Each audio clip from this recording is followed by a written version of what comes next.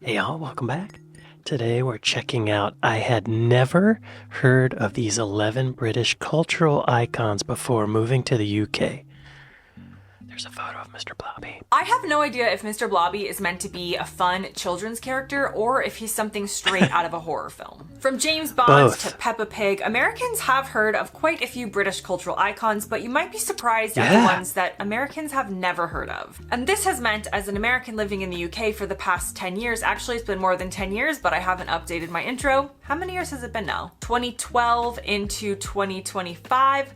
13 years. I've been here for 13 years and I still am confused at a lot of these references. And I also thought I could do this video in two ways. I could express to you how much I really haven't heard of these things and generally make a fool out of myself on the internet, or I could research, I could go to my trusty Wikipedia and YouTube sources to present to you all that I've learned about these British characters. And I thought, why don't we just go into this blind and you can see how much I really do not know about the UK still. So number one.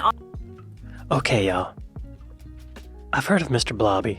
I did a reaction to Mr. Blobby, and I find Mr. Blobby fascinating. At times he's funny, at times he's terrifying, at times he's adorable, other times he's the creepiest thing.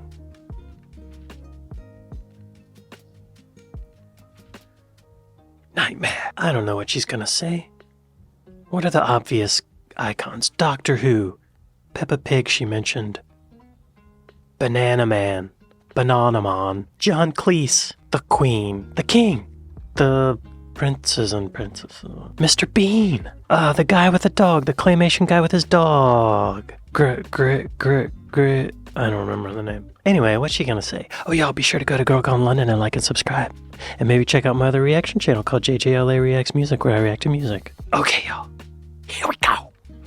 Tell me, Kaylin, what's up? And you can see how much I really do not know about the UK still. Fun. So number one on my list of British characters, again, I'm using the term cultural icons very loosely. You'll see later as we get into the list. But the first British cultural icon I had never heard of was Postman Pat. To this day, I'm not sure I've seen an episode of Postman Pat, but I do for some reason know the jingle, which goes something like Postman Pat and his black and white cat. And I was very surprised recently, actually, because a Postman Pat like play toy thing for kids just went up in a place that I go to a lot, and I was really surprised that Postman Pat was still a character that kids knew, because I had the impression that Postman Pat was more of not an older generation thing, but like not necessarily that it was a current character that kids would know, but they did. So Postman Pat is number one on my list. He looks very friendly. His cat looks friendly. It does. I think Postman Pat is meant to be a really nice character. He just clearly doesn't deliver across the ocean because we've never heard of him in America. I've never heard of Postman Pat. My objective viewpoint of the character design is that his eyes need to be larger, because that's the part your soul connects with. And his eyes are small and beady like an evil demon. I also feel like maybe his name should be Postman Patrick, just for the rhythmic symmetry. Am I destroying your childhood icons? I'm sorry. Stop motion animated children's television series first produced by blah, blah, blah, blah, blah, blah, blah. Each episode follows the adventures of Patrick Clifton. He has a whole name. That's unnecessary.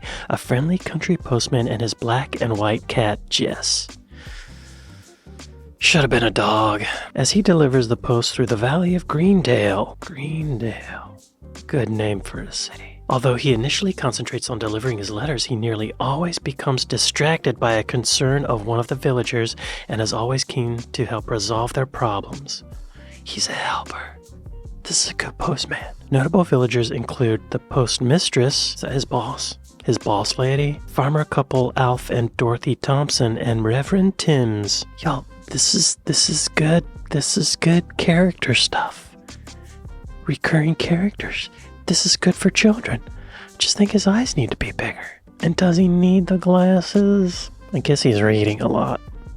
Anyway. Next on my list, and I know that this isn't originally British, but definitely this is something that I feel like every Brit knows, the Moomins. I'm still not entirely sure what a Moomin is. They sort of look like hippos to me. So is it a family of hippos, or is it like a random made up kind of creature, like an alien. I don't know, it has a tail. It looks like a wallaby. The only thing I know about Moomins, and this could be It looks like a wallaby to me, y'all. A giant rat. But do they live underground? Is that a Moomin thing? Like I said, Moomins have not crossed the pond. So I really have no idea what they are. They definitely seem like some sort of British children's classic, I guess. Maybe. Are there books? Is it a TV show? I think it's definitely some sort of television cartoon. I don't know if there's more than that. Moomin movies, movie TV shows. I am Moomin clueless. Next on my list is actually... Don't stop. You stop right there. Moomin. How do you spell that? Moomin. Oh, Moomins. The Moomins. Oh, they're Swedish. The central characters in a series of novel short story picture books and comic strip by Swedish-speaking Finnish writer and illustrator Tove Jansson, originally published by Swedish in Chilas in Finland. They are a family of white, round, fairy tale characters with large snouts that make them resemble the hippopotamus. However, despite the resemblance, the Moomin family are trolls. They're evil. Oh, look at that. Like Gumby. The Moomin stories concern several eccentric and oddly shaped characters, some of whom are related to each other. The central family consists of Moomin Papa, Moomin Mama, and Moomin Troll. They're trolls? Like under a bridge? Nightmare. Okay, now you can move on, Kaylin. Another animated character, and that is Pingu. Pingu is not well known in America, and as far as I'm aware, Pingu doesn't speak, which makes sense because he's a penguin, but he just makes like little noises, and he has little friends. I think, is Pingu like claymation? I think. Possibly. Again, this video is literally just me being wrong about all sorts of British cultural icons, and I can sense my comment section. You're an American, it doesn't matter. I like Pingu, I think he's cute, but Americans won't know what you're talking about and will probably just think that you said the word penguin incorrectly. I think I saw a British meme of somebody doing Pingu impressions. It's just making like little noises. Animated show and television series originally produced in Switzerland. He's Swiss. Gets along with everybody. He's neutral, y'all. Pingu did not fight the Nazis. Pingu is an enabler. Pingu sat by and let the Holocaust happen. Pingu. Little bit. Next on my list of British cultural icons that I had never heard of, and this is where the term cultural icon gets very loose, but it is something or someone called Mr. Blobby. Mr. Blobby is definitely something mentioned here in like jokes and memes. Is Mr. Blobby a person or a thing or a nightmare? Comment below. And it all goes way over my head. I have no idea if Mr. Blobby is meant to be a fun children's character or if he's something straight out of a horror film. Like, where did he come from? What is this character? He seems on his own. Is he lonely? Is he married? I have no cultural context for Mr. Blobby, so this is one I am going to need you to explain in the comments section. I think Mr. Blobby likes to remain mysterious and androgynous, considering all that makeup. Mr. Blobby is a character originally featured on the British Saturday night variety show Noel's House Party, broadcast on BBC One, the stodgiest of the BBCs. Created by Charlie Adams, a writer for the show, Mr. Blobby is a bulbous pink figure covered in yellow spots with a permanent toothy grin and green jiggling eyes. Mr. Blobby communicates only by saying the word Blobby in an electronically altered voice, expressing his moods through tone of voice and repetition. He topped the UK singles chart with the 1993 Christmas release, Mr. Blobby. Well, Mr. Blobby's a person. He deserves respect and love. He may get out of hand, but that's why we love him. He may be creepy as f***. All children need fodder for their nightmares, right? What?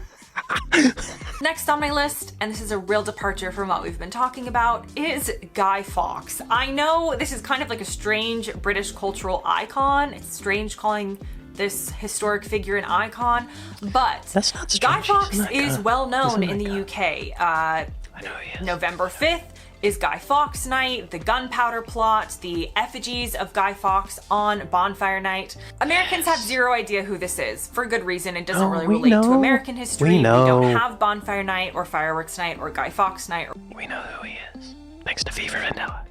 V for Vanilla. V for Vanilla, starring Natalie Portman. Or whatever you call it. So I had never heard of Guy Fawkes until I moved to the UK. Next on my list is Father Ted, and I was relatively careful not to just put random TV shows and stuff on this list. Y'all, I reacted to Guy Fawkes Night. It's on my channel page. You'll have to search for it, unless I actually remember to put in a card for it. I guess it would be up here, but I probably won't remember. I always forget. Y'all, I got a video factory going here. I can't remember every card to put in there. You know what I mean? Building an empire. By the way, go to my other reaction channel, JJL Reacts Music.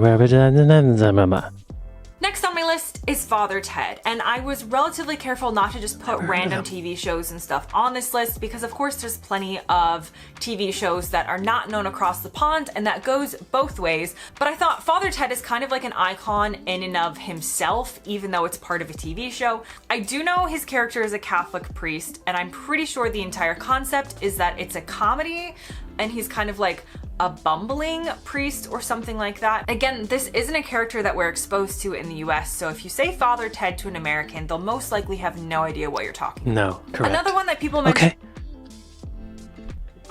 Who's this Father Ted? Should I book a confessional with Father Ted? Father Ted. Father Ted is a sitcom created by Irish writers Graham Linehan and... What kind of Irish are we talking about? British Irish? Oh. Hat Trick Productions for British television. So he's British. British Irish. Shh, shh. If he was not British Irish, he would need to be taken care of, right? Joking. Or am I? No, I'm joking. Don't murder, y'all. Let's not kill each other. Come on. The show follows the misadventures of 3 Irish Roman Catholic priests who live in a parish on the fictional Craggy Island, located off the west coast of Ireland. I have a feeling I will not understand a word spoken in this show. I don't know. Guinness. Go on.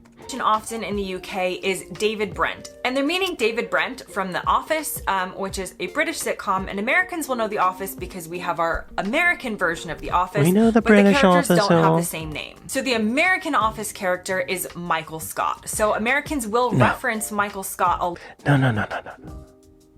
They're not interchangeable. They are their own characters. Am I right? Am I right, y'all?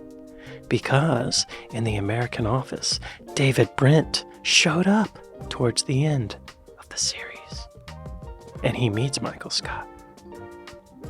They are individuals. They're both deserving of respect and love and admiration and money.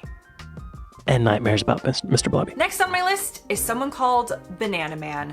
I have Banana never seen Banana Man. Man. I'm not entirely sure. Is it a comic book character? It's some a type cartoon. of superhero that relates to bananas. I feel like, without having seen it, just knowing the British, I feel like there's going to be some sort of sense of humor in here because he's a superhero based on bananas, but I've never seen it, never heard of it. Americans will have no idea what you're talking about. I just think, again, my guess is going to be that this has something related to British humor because I could not see America having a superhero based on a banana because Americans are all about like Captain America, Batman, Spider-Man, Wonder Woman. Like, the superhero has to have that like classic superhero outfit and powers and all of that. He does. So I don't know what Banana Man's powers are. He can fly. Probably he's fueled by bananas is my guess. But it's just the most British concept that I could think of when it comes to superheroes. Other British cultural icons that we've... Hang on. Y'all, I watched Banana Man as a child. I think it came on PBS or was it Nickelodeon? But I think they would play it back to back with Danger Mouse. Is that right? The white mouse with the eye patch. And I remember the Tim's, the production company, it would say Tim's. And it was like Parliament next to the Thames, and the word Thames would come out of the river, right? Is that right? That's right. I'm right. I'm not even going to look it up. We've never heard of in the US include the Chuckle Brothers. Now, I used to hear the Chuckle Brothers get mentioned when I worked in an office a couple years ago. I've heard of them just from another reaction video. I think they're dead now. So let that creep into your nightmares. Or one of them's dead. Or one of them was murdered, or they murdered each other.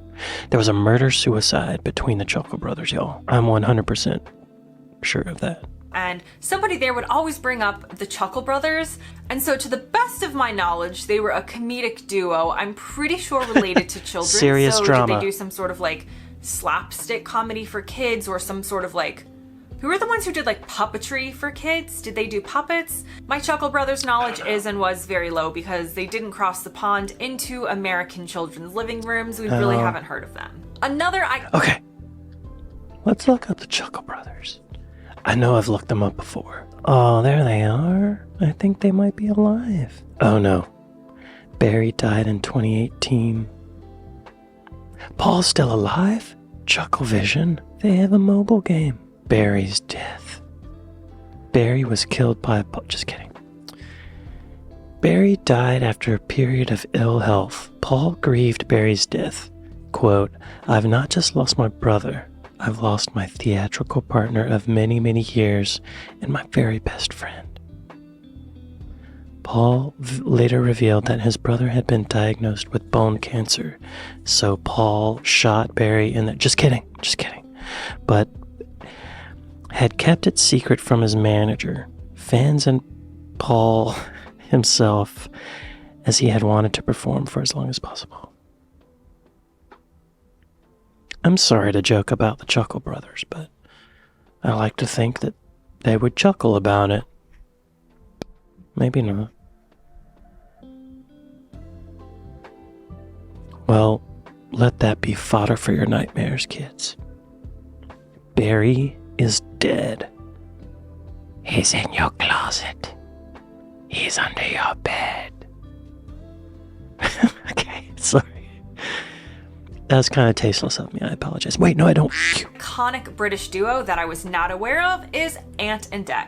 And see, this is the problem, you guys. Never heard of them. As much as I can understand, like, British culture and communication and how it works taking the bins out and different words that mean different things, it's really when it comes to these cultural references that I really let other people into how much I don't know about the UK. And I have to admit now on camera that as I'm thinking about them, I'm struggling to remember if they host a show called Friday Night Takeaway or Saturday Night Takeaway. I think it's Saturday night, but I'm not entirely sure. This is how much I have never heard of them. Better. And now I'm also questioning whether the name of the show is. I know it has something to do with takeaway, and I also just realized that perhaps this is a play on words because Americans don't use the word takeaway. We use the word takeout. So you would get takeout from somewhere where here you would get takeaway. So it's just occurred to me that possibly the show they host is like their takeaways from like the week / like celebrity culture or whatever, but it's also like you're getting a takeaway on a Saturday / Friday night. I'm unsure. And that's about all I know about Ant and or Dec. Don't know their full name. Ant Dick, that was my nickname in college. Ant and Dec. Names, don't know their last names. Don't really know what else they do besides I feel like they just pop up in like various places in British culture. Next on my list is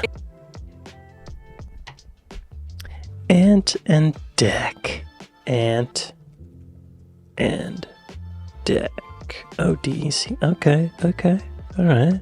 A British television presenting duo consisting of Anthony Parlin and Declan Donnelly from Newcastle upon Tyne. Oh, they were child actors, so you know they were sniffing that cocaine. They hold the Guinness World Records for the most national television awards, won consecutively for Best Presenter. That's kind of dumb.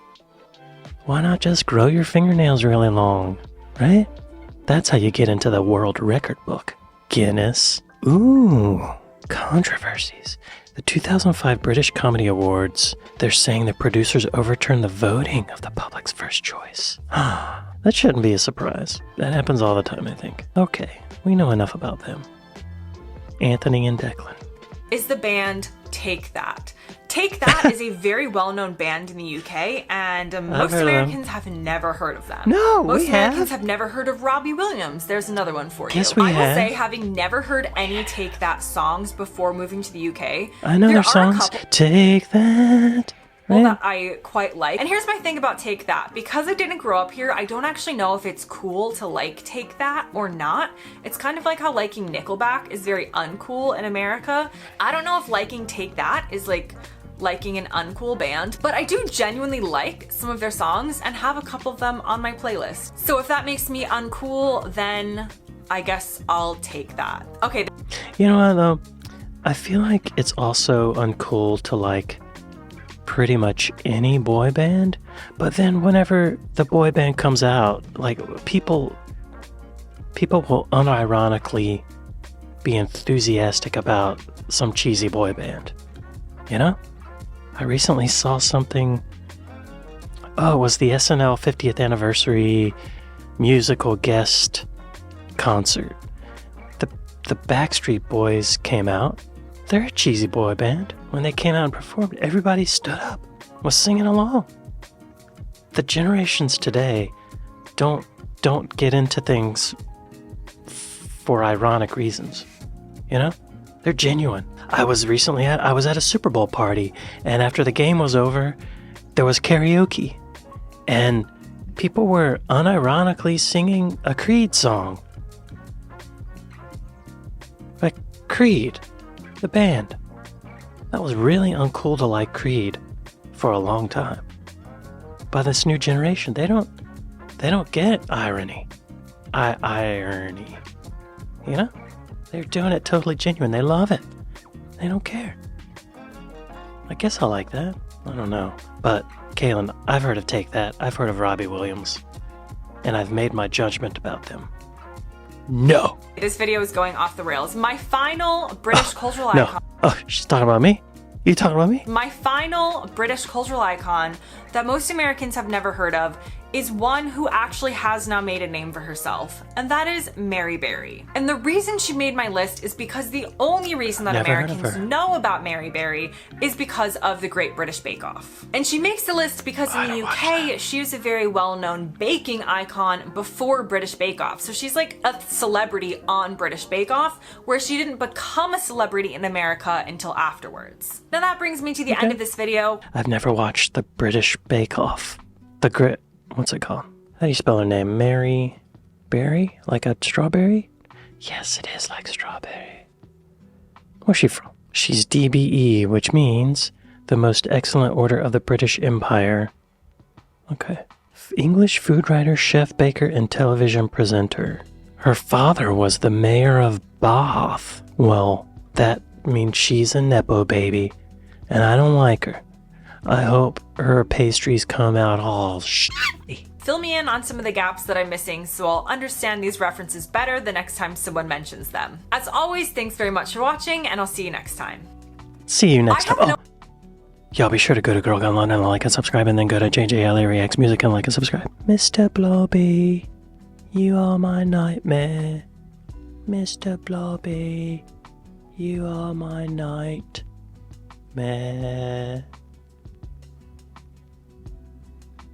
But yeah, I hadn't heard of a lot of these. I predicted one that she said, which was Banana Man. I don't think I predicted any other. I said Mr. B. She didn't mention Mr. Bean. If Take That makes the list, why not the Beatles or Pulp, the Stone Roses, Blur, Oasis, right? Right? Well, I guess I have a lot to learn about British culture icons. I'm glad Mr. Blobby made the list. He is terrifying. He needs to be spread into the minds of the children of the world. International nightmares.